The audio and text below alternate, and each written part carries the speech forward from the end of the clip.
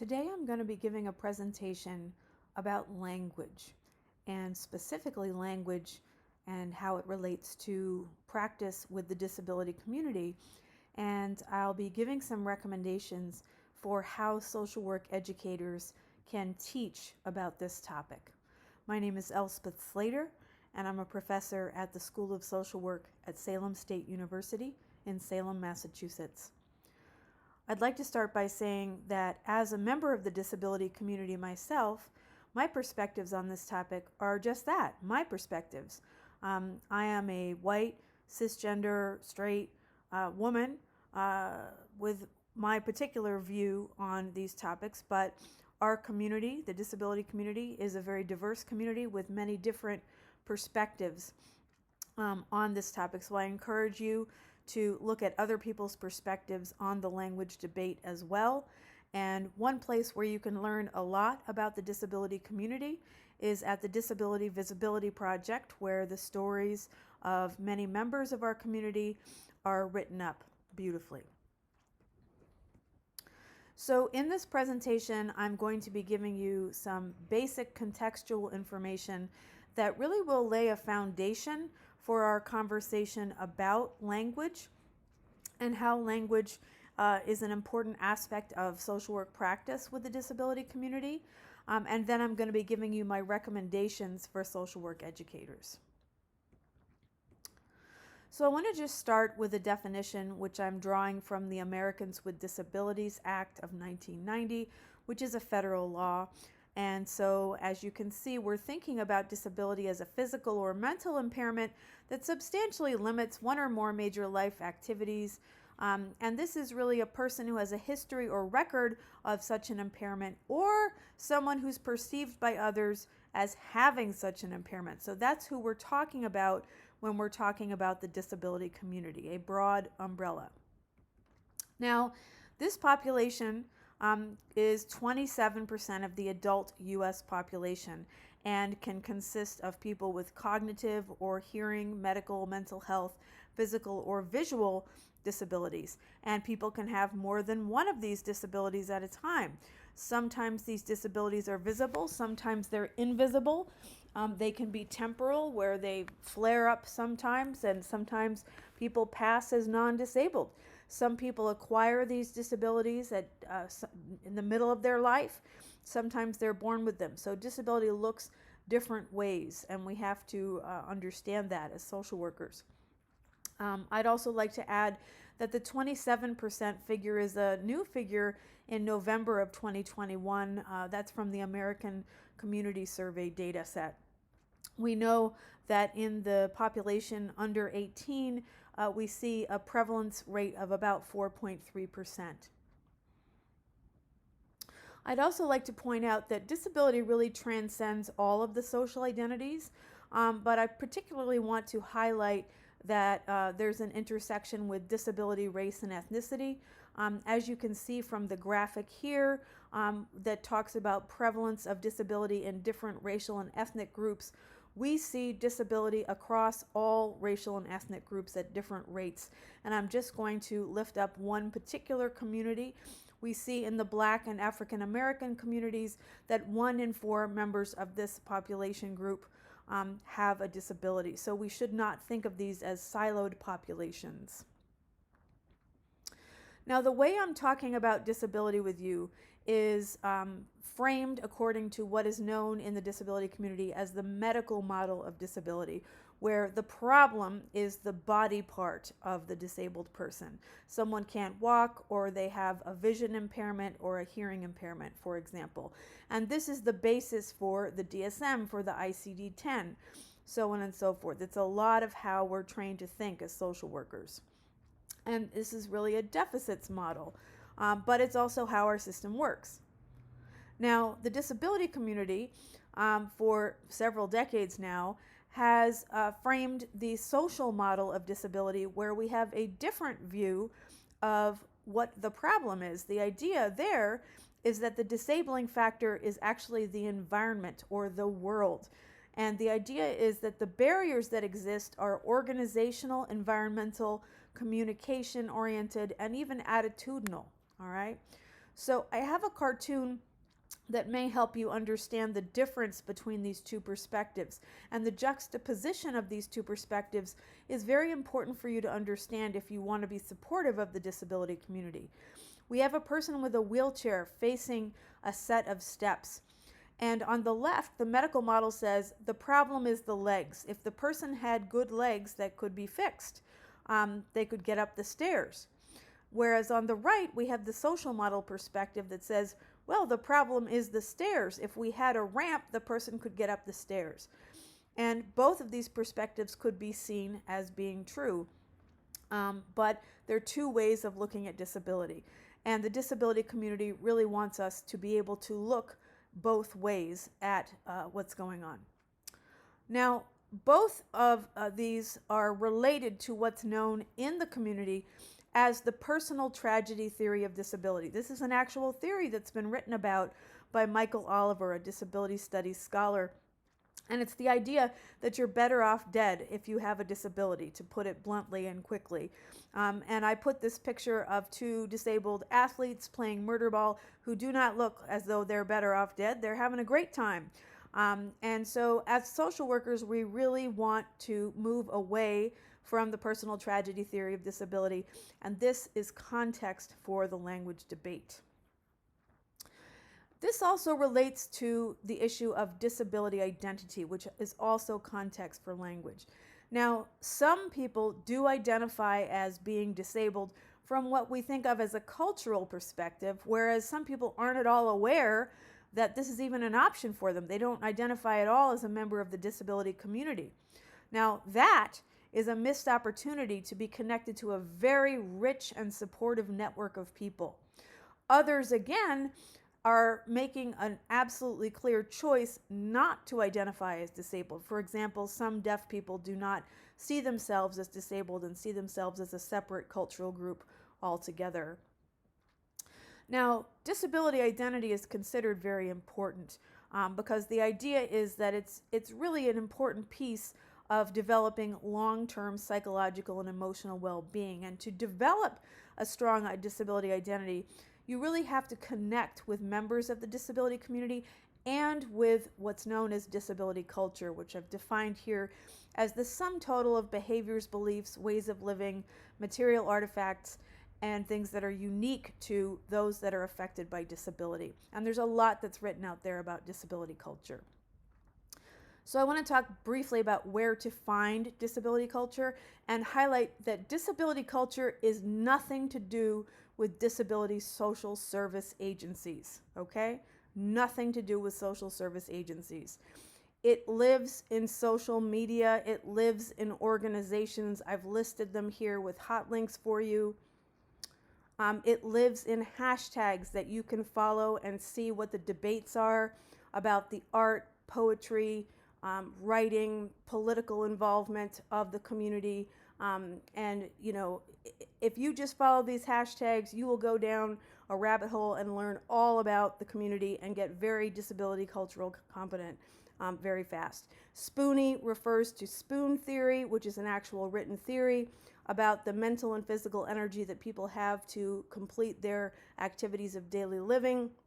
The units of measurement in spoon theory are spoons, and the disability community often refers to themselves as spoonies. So you're getting disability competent just through listening to this lecture. Now, I raise all of this stuff about disability culture because connecting people to disability culture can often happen when you ask people how they refer to themselves in relation to their disability. The language conversation is a bridge to connecting people to a supportive network of other folks with disabilities, which is a very rich resource that social workers can tap into or assist their clients in tapping into. Because not everybody that you work with is going to have a disability identity or be part of the disability community, and that's a shame in many cases. So let's get to one of the core issues. We know that language itself is absolutely a foundation for social identity because it reflects the larger society. And we know that social work professionals have traditionally chosen person-first language, namely person with a disability, person with autism, a person who is deaf. But the disability community, disability activists especially, are seeing a shift towards using what's known as identity-first language, where people would say autistic person, disabled person, deaf person. And the view of the disability community, and really a majority of the disability community that's out there, if you look at the writing and the social media discussions, states that we're embracing identity-first language because it reduces the stigma that comes along with person-first language. Person-first language implies there's something wrong with disability. The idea is you're a person first, not your disability. Well, we're saying, say the word. There's nothing wrong with disability. We're proud to be part of the disability community. We're proud to be part of disability culture. And I will just reveal, which I think I've already revealed through my language, that I support identity-first language. But I'm not going to push my view on anyone. And that brings me to the next set of points. Both identity-first and person-first language really share a goal of the idea of acknowledging disability in both a respectful and an appropriate way. They just differ on the route to getting there.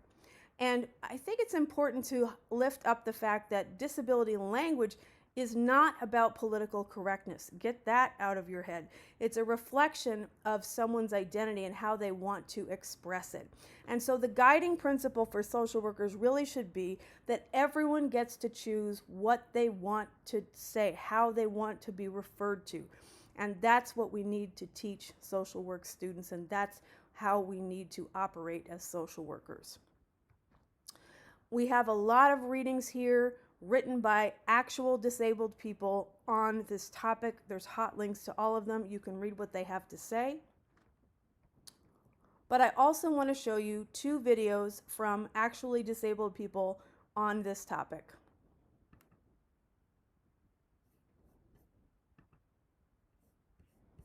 Writing's not that easy, but Grammarly can help.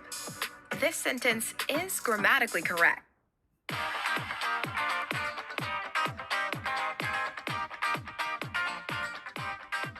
Hey everybody, my name is Ivanova Smith, and I'm going to be your host of this new series called Conversations with Ivanova. And today our topic is going to be about language and how to refer to members of our community in the disability community. So there's 2 different ways that we can go about this. One way is people first language. This is the idea that people are people first and that disabilities are secondary. This is a motto of an organization called People First of Washington that believes that people with disabilities are people first and that we just want to live our lives and be seen as everyday people. And we don't really much identify with our disabilities, but it's more just something that's a part of, it's just separate from us that's there. Then there's another mindset that is identity first. Identity first is the idea that you can't really separate your disability from yourself, and that it's okay to identify with your disability. People who use identity first language use language like autistic. I'm an autistic person, or I'm CP, or I'm disabled. They don't mind disability being used as part of their identity, and they find it as an important part of their identity. Now, both of these models, there's some people on both of these camps that are really extreme, and they only want everyone to go one way. But I say, let's be like the taco girl and say, what about both? I say whatever a person wants to identify, that's the way that they want to identify. If a person wants to identify with their disability and say, yep, I'm a proud autistic, that's cool. And if a person's like, I don't want to identify with autism at all, I'm a person with autism, then that's cool too. So just, be respectful of how people want to identify. If you're not sure, just ask us. We don't mind. We don't bite if you ask us a question. So that's just something for you to know. Thanks for listening. And heck, if you have any comments or want to continue dialogue, do so in the comments. But also be respectful and respect everybody's views, because free speech, everybody, is awesome. Take care. Bye, y'all. Okay, let me get back to my slides. All right. I do have a second video that I want to show you from another member of the disability community that is a little bit more detailed and nuanced on this topic. This is specifically from Annie Eleni, who identifies as a queer Latinx disabled woman.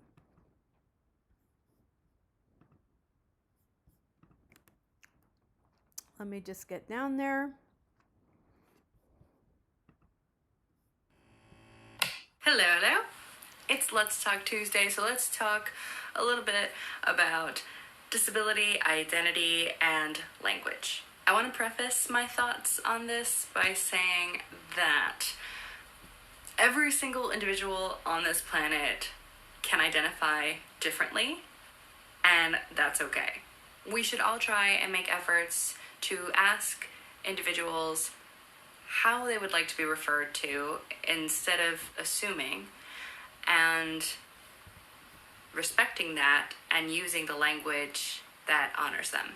One's identity is not typically up for debate, so just be respectful of how someone wishes to be addressed. So, person first versus identity first language. There are people who identify as person first, i.e., person with a disability, and there are people who identify as identity first, i.e., disabled person. There are quite a few people who use person first based on the idea that they are people first and that disability is secondary or a trait.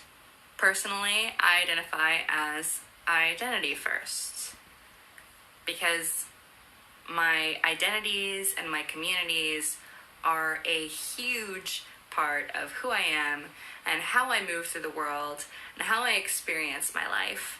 So I am honored by their recognition. I am a queer, Latinx, disabled woman. These identities vary throughout this humongous and diverse community.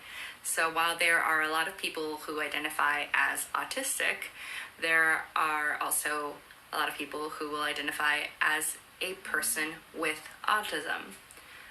There's also people who identify as quadriplegic, while there are people who identify as a person with quadriplegia, and so on. Even in my specific corner of the community, there are people with Ehlers-Danlos syndrome, and there are EDSers. There are people who are wheelchair bound, and there are wheelchair users, of which I personally prefer the latter, because wheelchair bound has this negative connotation to it, like bound or trapped, limited, which is actually the complete opposite of the function of a wheelchair. Without it, I'm essentially homebound, bedbound, but with it, I gain freedom, mobility privilege. For many, including myself, that's also an economic privilege. With a power chair, I gain independence.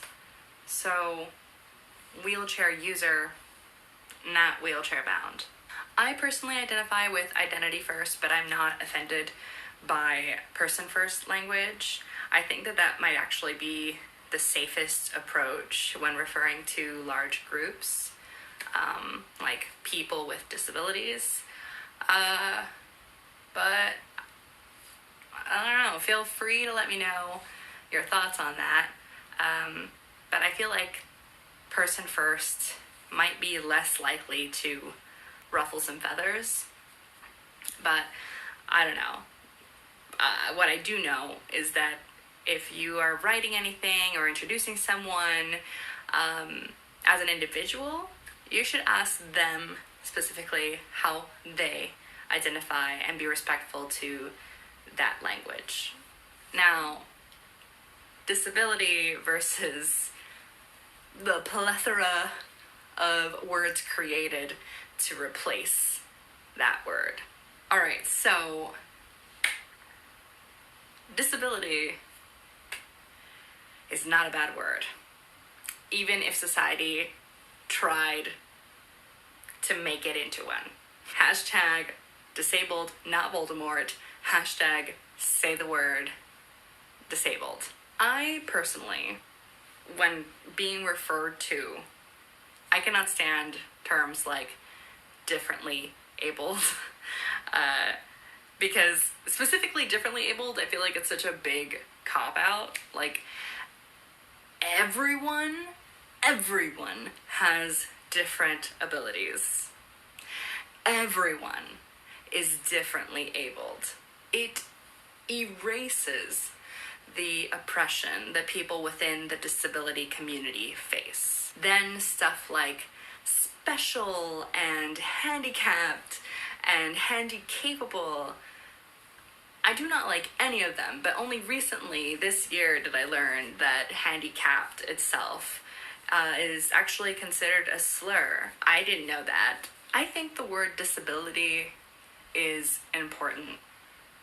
I think it's important to recognize and remember that there is a specific community of people that have historically been oppressed and continue to be oppressed to this day. And I think it's important for that community of people to have the word disability and have the word disabled, and to be able to have disability pride and be proud and be out in the world as disabled. All right, I think that's all I have for now. There are some really cool pieces on this topic that I will link for you in the description. And please, I would love it if we could discuss this topic a little more in the comments. Let me know how you personally identify and why, and if you think there is, a specific, safe approach when it comes to groups. Like I said, I think that people first language in regards to large groups might be the safe approach, but maybe I'm wrong. Let me know what you think, and I will see you eventually. Okay, so that's another perspective on the language debate from Annie Eleni. And so she talks about outdated and offensive terms. She touches on differently abled, handy-capable. She touches on the importance of not using language like confined to a wheelchair and wheelchair-bound, because wheelchairs are awesome. They're liberating and not confining. I also want to encourage you to notice ableist language. There's a wonderful essay that's hot linked to that title. We know that ableist language equates disability with deficits in general. It focuses on shortcomings of individuals as opposed to systemic failings, and it uses specific kinds of terms that are historically entrenched with segregation without regards for origins. I've listed some of them here. There is a comprehensive glossary of ableist terms with synonyms that you can opt for instead. There's a hot link there for you to check out. You can teach your students about that. And so my recommendations for social work educators are to start helping students to notice ableist language after you do it yourself, to work on not using outdated terms, which means you have to tune into the disability community and learn disability culture a little bit, to not push person-first language, but rather to introduce the information about the debate that's going on between person-first language and identity-first language. That really links to the idea that people should be able to choose whether they want identity first or person first language. And having the conversation with clients is a way to bridge to a topic of people's connection to the disability community or disability culture. And that's a resource that social workers can connect their clients to. I would also advise people when talking about large groups to think about talking about the disability community. One of the speakers in the video talked about using person first language when talking about large groups of people. I think that talking about the disability community sort of sidesteps the issue of choosing identity first or person first. But there's two other things that I think are important for you to do that relate to language, and that's helping students to think about the importance of disability identity and disability pride, where disability is just seen as part of the spectrum of human identity, and also helping students to explore disability etiquette. And I want to talk about that very briefly. So when we think about etiquette, it's really up to the individual, but there's some things that are fairly central, like generally presuming competence for any person you deal with, regardless of their diagnosis. Certainly respecting bodily autonomy, speaking directly to the person regardless of whether they have an interpreter or a companion, certainly asking before you help, and being very sensitive about how you touch the person or their equipment, because equipment is an extension of a person's body.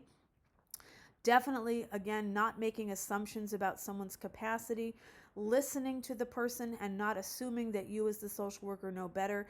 And of course, if you're in doubt, ask. Now, Andrew Pulrang, who is a disability writer and activist, has a second layer of disability etiquette that I think is important to connect to and teach about, and also connects to language. He says, don't be afraid to notice or mention someone's disability, but don't go out of your way to do it. He says, don't tell someone who's disabled about how they should think about or talk about their own disability. This happens a lot. Offer to help someone, but be sure to listen to their response, respect their answer, and follow their directions. Often we see the former, but not the latter. Definitely don't give unsolicited advice. For sure, don't make a disabled person responsible for managing your feelings about their disability or for your education on disability. And of course, if you make a mistake, own it and move on.